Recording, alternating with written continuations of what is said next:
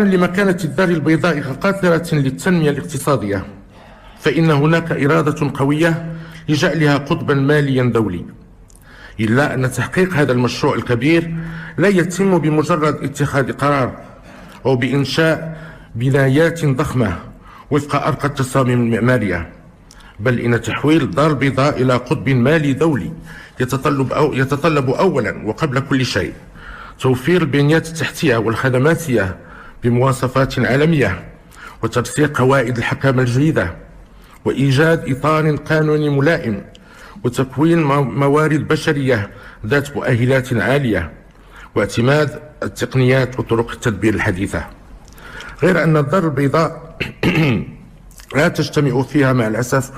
كل هذه المؤهلات